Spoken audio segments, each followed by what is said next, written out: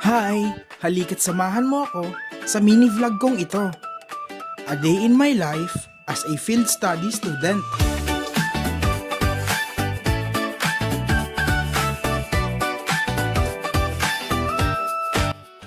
Ako muna ay babiyahe patungo sa aming cooperating school kasama ang aking motor na si Puchita, ang ADV-ng maganda.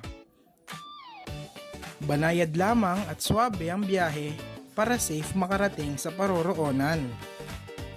At naandito na nga ako sa aming cooperating school, ang Estancia Central Elementary School.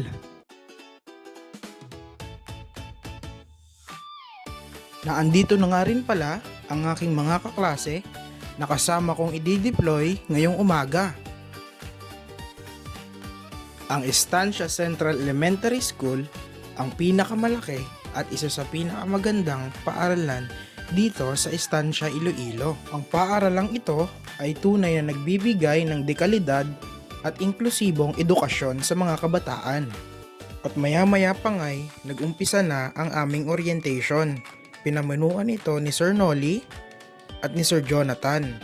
Expedite things, no? That you will be deployed as early as this, since the time frame that you will be given, no, the difference between the opening of the classes of the SUC or state universities and colleges, especially in the What the Department of Education is mandated to the master teachers and class of teachers the conduct of action research, no?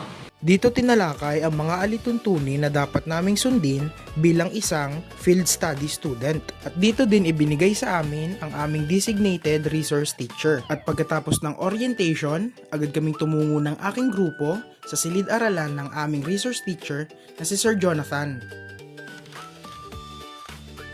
At dito ko nakita ang kanyang presko, maganda at malinis na silid-aralan.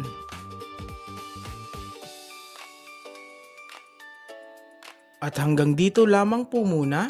Salamat sa inyong panonood. Paalam!